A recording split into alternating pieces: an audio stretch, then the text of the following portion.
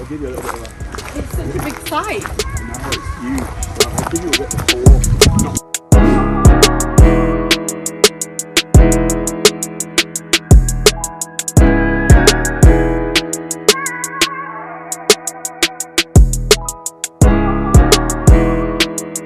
Just to give you a little bit of an idea, we have just sold this property for 77,000 and literally 2 doors down, the property was advertised at 90,000. That's exactly why you can use KO Estate. Hey, what's up? My name is Samuel Leeds. Welcome back to my channel, and I've got a fantastic interview with Katie from KO Estates. You may know who she is. She's going crazy at the moment across Instagram and on TikTok, making some viral videos, and she's going to be sharing exactly how she has sold 30 property investment deals, aged just 22 in the last 12 weeks. Absolutely incredible. Hey, do me a favor though, before we get started, you know what to do. Smash the like button, subscribe to the channel, and Katie, thank you so much for coming down. It's been a pleasure. I've loved seeing your project you've got going on. So this is the first time we've ever met? Yes. We've spoken on the phone, and we're familiar with each other on social media and stuff like that. But you know, massive achievement, 30 deals. I mean, I couldn't not invite you for an interview when you've done 30 deals in 12 weeks. It's been insane. Yeah. But, all fun and games. You know what really freaks me out is the fact that you haven't even quit your job yet. No, we're still hustling, side hustle, long days, early mornings, late nights. So you've done all that alongside a job. Yes. Which is insane. Yeah. So how did all this get started? Well, when did it get started? About over a year ago.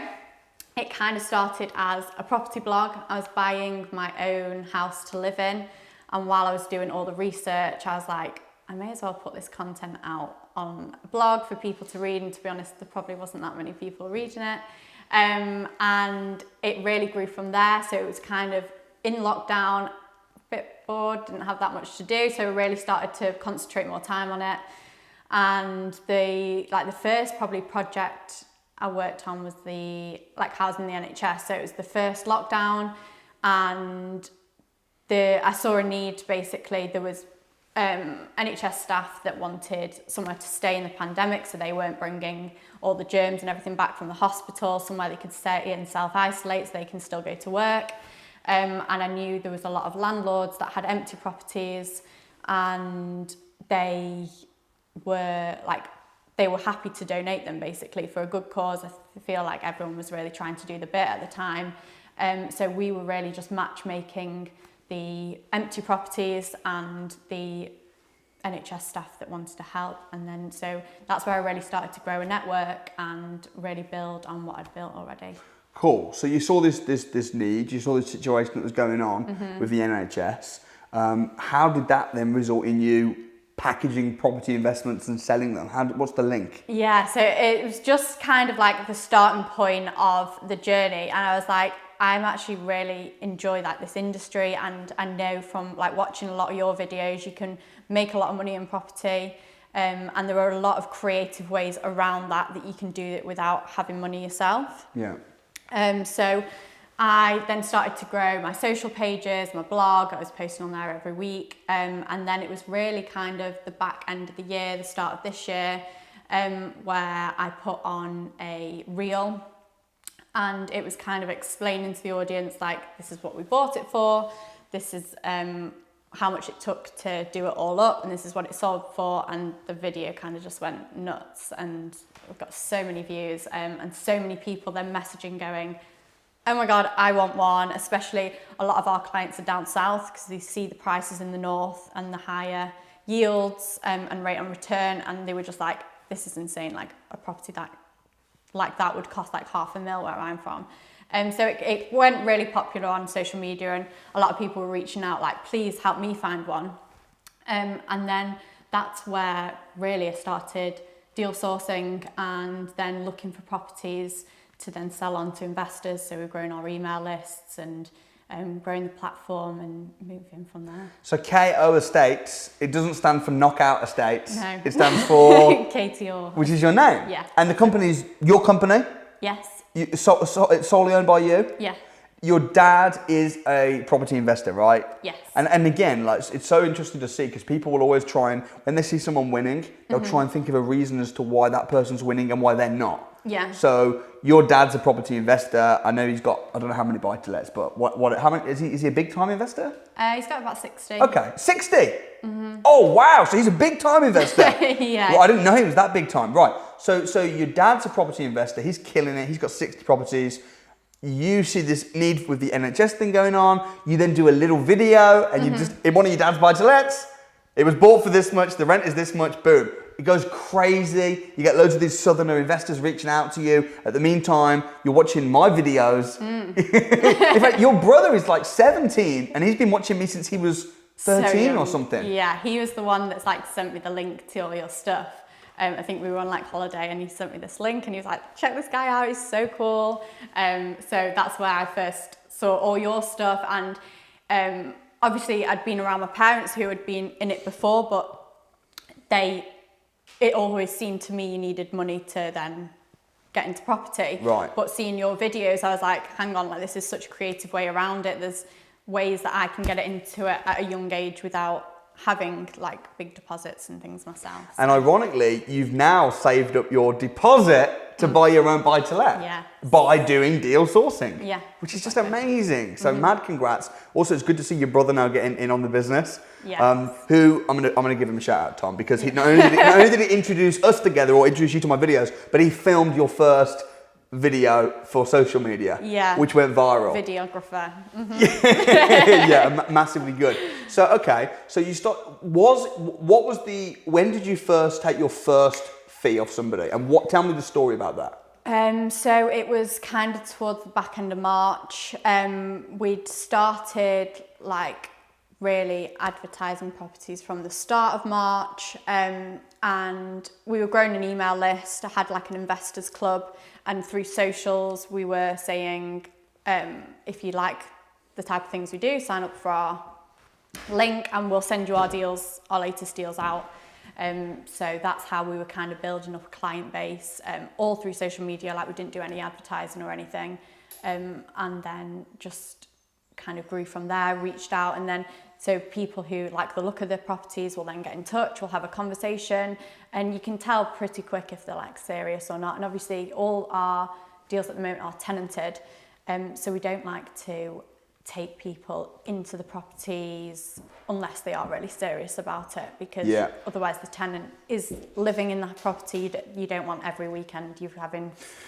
Yeah, exactly. And I'm just trying to work out like at what point, because I mean, honestly, Katie, 30 deals that you've actually sold these deals, not all necessarily completed, but you've taken money off the investors, right? 30 deals in the last 12 weeks, that's a lot. That's a lot of deals. So I'm just trying to work out, did you decide, I'm going to have a machine of a deal sourcing business and sell a lot of deals? Or did it just sort of happen accidentally? Was this a master plan, or has this just been it just happened? So it was kind of like the videos we didn't expect to get that response from. And then once we saw that response, I was like, we can really monetize this and I can really like make it into something that I really want to do. So then it became a lot more strategic and getting everything in place to scale up. What does your dad think as a old school buy-to-let investor, seeing you make so much money from selling deals? Like, what does he think about everything? It kind of blows his mind a bit. It blew his mind? Yeah, he was like, what? I think, especially to like first-time investors as well, like sourcing fees aren't always what you hear of. I suppose like if you've not done it before, you just know buying property through an estate agent and you don't ever pay a sourcing fee. Yeah. So like that side of things were new, and people were like, why am I charging, like, what am I paying you £2,000 for? To like secure the deal. But we do a lot of like due diligence on the property. We've got the local knowledge. We add a lot of value to make sure that they're buying right, to make sure it's an investment that's going to see them through. Yeah, and I guess as well, the estate agent, when an estate agent sells you a deal, they're obliged to work on behalf of the seller. Exactly, yeah. Whereas when you're a deal sourcer, you're working for the buyer. Yeah. So you're trying to get the best deal. So buying from an estate agent, they'll sell you anything. Exactly. And then, so we are charging a fee for our service, but we're negotiating so hard to get them the best deal and the best rate of returns that often the money we're saving for them well outweighs the sourcing fee that we charge. So it pays for itself. Okay, so tell me about the last deal that you sold. Give me the figures. Oh, okay. So we sold one for 80,000. Yeah. And I think it was on the market for 85,000. Okay. So we got that reduced down, and the client that bought it put down a 25% deposit. Yeah.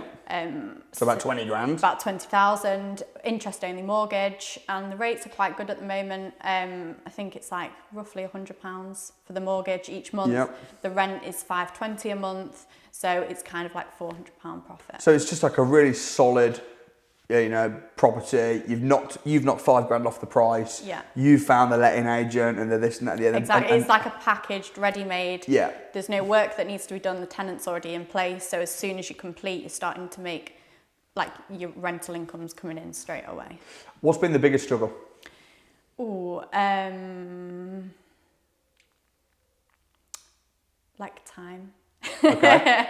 Time and making sure I'm doing everything to like the standard I'd want it to do. Yeah. And yeah, like, I just want to give the best service, and to do that, like, I want to spend so long on the phone with everyone. Like, you become such good friends and like really invested in their journey, and following all that through. So yeah, it's exciting. But how do you deal with investors that are super demanding, or maybe it's their first time and they're just asking you a ton of questions, but you don't know if they're actually serious? Whether they be, there might be great people, but could be slightly time wasters or troublesome investors. How do you deal with those people? Yeah, it's hard because like I get on with so many people, and I'm like, when I really buy into them. But I think you can really tell from like a couple of questions at the start, like. So if we're marketing a property at 80,000, like, have you got a £20,000 deposit? Because realistically, you are going to need that to kind of get the deal over the line. Some people are first-time investors, and that's like absolutely fine. Like, we love following the journey. So someone who completed this week, who we secured a deal with, I was speaking to them 6 months ago, and they were like, "I love what you do. Tell me what I need to be able to get there." So we like had a conversation. I was like, okay, so you need your deposit, you want to set up a limited company, and get all your ducks in a row. And then he was like, I've got all that ready. What have you got available? So we went through the best options, got one sorted, and he's secured this week. So like, it's a 6-month journey, but it was just so nice to follow that through. And from like start to end, and know that you've really helped someone is so rewarding. That's great. It is, and I saw the way your face lit up when you said that the deal completed this week or last week. It's a great feeling. Yeah. What about, do sometimes investors not want to pay up front? Because I know you take a fee up front, right? Yeah. Not all of the fee up front, but you take half of it up front. Yeah. How do investors react when you ask for that £1,000 deposit up front? We've had mixed responses, I think, from people that are new to investing and that sourcing. They've never heard of a sourcing fee before. They can be like, wait, what's this for? And what am I getting for it? But I think when you build up the trust with them, you're chatting with them, and you just explain it's really to just secure that deal. Like, we've done 30 in 12 weeks, so they are flying out, and just in order for them to secure it, and we say it as yours and mark it as sold on the website, we really just have to do that, because you can kind of get weeks down the purchasing process and then they can pull out, and it's just like you're back to square one. So we just kind of do that to protect ourselves and themselves. So it's as soon as they've paid that, we will not let anyone else touch it, go near it. It's theirs. Yeah. What happens if they pay £1,000 and then the deal falls through, or they pull out, or something happens which is common, right? Yeah. That's not unheard of. It can what happen. Happens? So it depends. So it's a non-refundable deposit unless it's a mistake on our behalf. So we would, if it was a mistake on our behalf, we'd absolutely give that back, no problems at all. But so say if we advertised the property incorrectly or said something it wasn't, then I don't think that's unreasonable for them to want their money back, and to, like, I'd want the same guarantee going into it myself. So basically you have terms and conditions, and depending on what the reasons were of the deal falling through, it would depend on the outcome, but that's given up front before they pay anything. Yeah. Okay, great. So what's been the most exciting part? When did the penny drop that, holy moly, I've got a great business here? Kind of on like social, and like that side of things has just like completely changed the game. I think like property in general, estate agencies can be quite not on social media and not utilizing that. Like, I think I was saying, like, I buy dresses on Instagram, I buy like anything on Instagram, like so many brands are selling there now, like why wouldn't you buy a house? Yeah. So that was kind of where it first originally came from. Like, we need to really like use social media. Everyone's on the phones all the time, and it's just like a way to get in front of the right people. Yeah. What has the response been as well from estate agents? Do estate agents get it, or do you have to educate them in terms of, you've got this property and I'm going to negotiate it on behalf of an investor, and then sell it to the investor? I mean, what's the reaction with estate agents? We've had really mixed responses.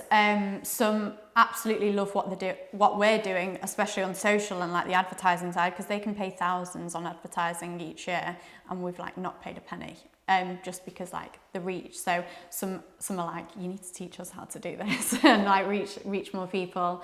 And then we've kind of got to the stage where estate agents are coming to us saying, we've got these properties that we'd like you to help sell.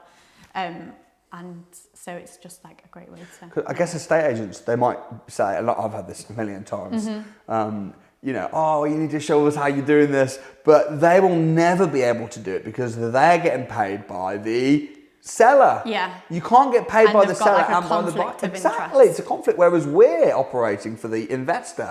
You know, and that's why we're only... If I said to you, I've got a property, it's £300,000 house and the rent's £1,200, you'd go, good for you, but I'm not selling it to my guys. Yeah. Because that's only going to give me a 5% return on investment, and my guys are looking for a 15% or whatever it might be. So, you know, I think it's a great service. I think that being a deal sourcer, as long as you are an ethical deal sourcer, it's a shame because you do get people out there that try and package and sell deals, but they do it wrong, or they'll just try and make a quick buck, and then it gives the industry a bad name, which is why I think it's really important that people, that's why I put out so many videos. Yeah, I put out adding value. Yeah, I put out so many videos saying, this is how you do it.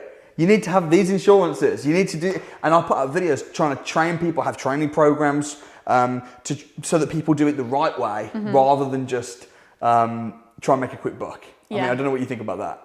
Yeah, no, like totally agree. I think that's with any industry, you can get people that are just cheating the system or like not doing what they say they're doing. So yeah, I think you're always going to get that, but it doesn't give you like the industry a great name and can like tarnish that, but it's something you've got to build up trust with, and I think that's why the content is so valuable, because people are watching you for months before they invest in you. Yeah. Like they or in some cases, they're watching me when they're kids, like your brother. Yeah. You know, watching me since, when you said that, I've been watching you since 2017. I'm like, but you're only 17.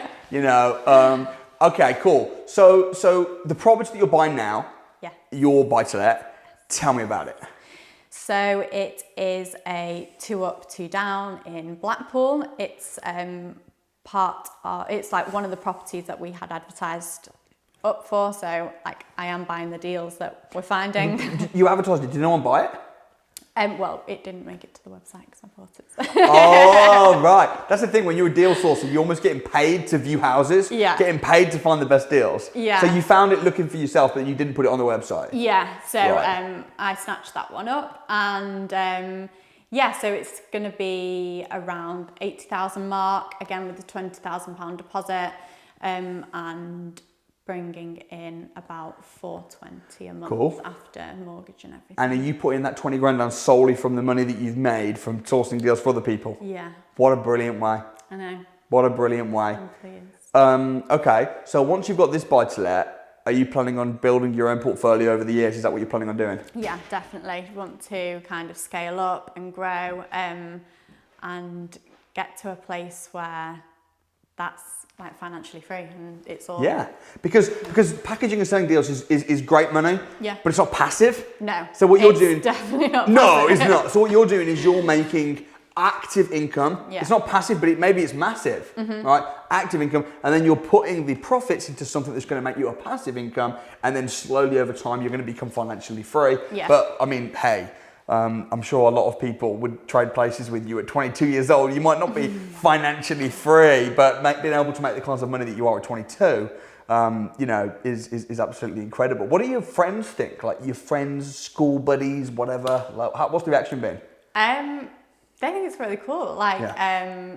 a lot of like really tried to help and go out the way to help, and but yeah, at the moment because it's just so busy, I feel like I'm spending so much time on KO that I've got to like really make time for the people that are supporting me and getting me to where I am as well, because that's so important. Yeah. And how do you deal? Because I know when you're on the internet, like you're getting thousands of views on your Instagram. How do you deal with the negativity? Like, I am a 30-year-old man. I've got a very thick skin. I'm making crazy good money. So for me, I kind of don't mind that much. Everyone's human. You're a young lady. You're getting crazy views. Some of your videos are like going bigger than my videos. It must come with some negativity. And if so, how do you deal with that? Yeah, like you get so many comments, both like good and bad. Like it really doesn't affect me that much. You're not going to please everyone. Like one of our videos got 1.5 million hits. Like if you got all those people in the room, they're not going to agree on everything. So you've just kind of, you've got to just like let those people have their opinions. And at the end of the day, you don't need all those people to be your clients, and you don't want all those people to be the clients, the ones that are giving you negativity. So like the people we're dealing with, we get on like we're almost like friends with a lot of them. Like we'll meet for the dinner and stuff. Like we got on so well that like the negative ones almost become irrelevant. Right. And obviously the comments help the algorithm. So yeah, that's a very commercial way to look at it, Katie, rather than a human way. Because generally speaking, though, humans, you might put a video out, you get 9 people saying, awesome video, great job, and then one person says something negative. But the human brain will focus on that one. On the negative.